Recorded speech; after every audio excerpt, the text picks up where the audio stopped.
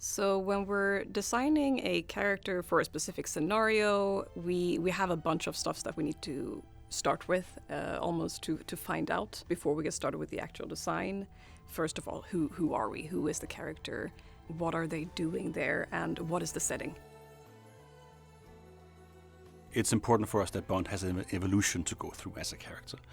As we mentioned, he comes straight out of the Navy and isn't yet the character we know. At the same time, Bond as a franchise always plays with expectations of costumes, which means a character like Bond will find himself donning a rifle and a suit at the same time quite often. You know, he gets caught off guard, jumps into action and gets on with it. So in that sense, there's many expectations from the audience as to what Bond should be wearing.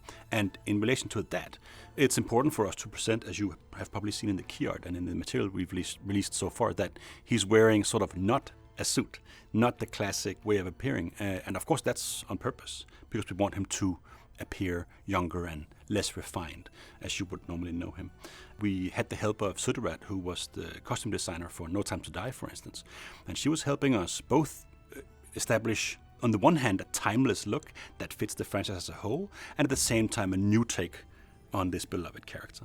Looking at a chapter of Bond's life, his formation, so we need to sort of plant the seeds early on in this version of his character, that kind of signal and dovetail straight into a more iconic version of Bond, which is the more mature, seasoned, self-possessed Bond, which we all know from the film franchise. So I was really brought on as an ambassador to kind of make that bridge more meaningful and authentic to his character. He comes out of the Navy, so he has a tight Navy cut and more of a sort of a blunt appearance. And then over time he gets styled and finessed with the help of his colleagues around him to sort of appear and step more into this shape that you're familiar with.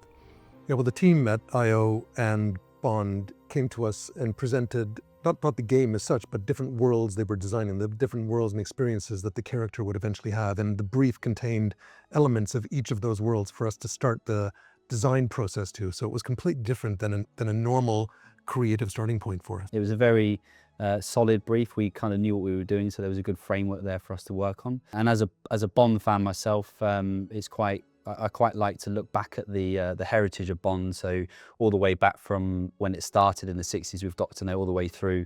That's kind of what interests me when in terms of like looking into the collection.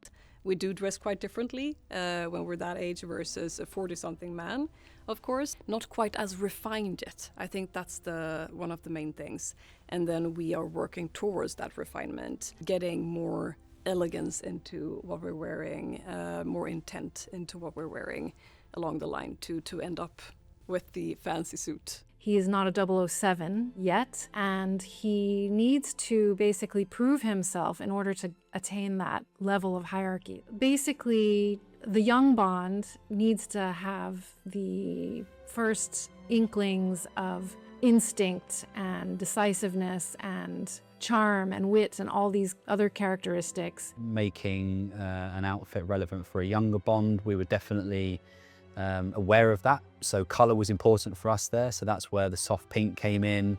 So having a bit of fun with colour is important as well for a younger Bond, but also I think, you know, it's all about that tailored approach, and that's something that as a brand we really, really kind of lean into. So when you have that tailored approach in mind all the time, it kind of helps when you're designing product, not just for a younger Bond for the game, but then also throughout the kind of collections we've done in the past. Yeah, we've worked with the Bond franchise for a number of years through a number of films with a number of different characters, but this one was different because we've usually poured the world of Sean Connery or Roger Moore, or especially Daniel Craig, who we've worked with on a few occasions, into the design process. But this one was a brand new origin story, starting from scratch. There was no precedent for it. So the design language that we were presented with as part of the brief and the work that Sammy and the team did to bring this character in life through fashion was a really exciting one.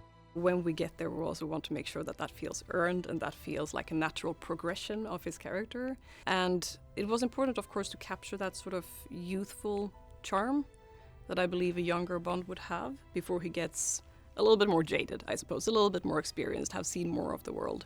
And also for us to really be able to create that journey, that visual sort of character arc, if you will, of reaching that a little bit more established point later down the line. When he gets older, he gets more mature, but to explore also what gets him there, who does he meet along the way, and what does he pick up and informs him as a character. It was an opportunity for us to really make the gamers feel sartorially elevated. You know, this is a world where people dress better than they would in the real world, where they take a little more effort. So it's our hope that people will come away from this game, you know, trying a little harder. That would be amazing to see.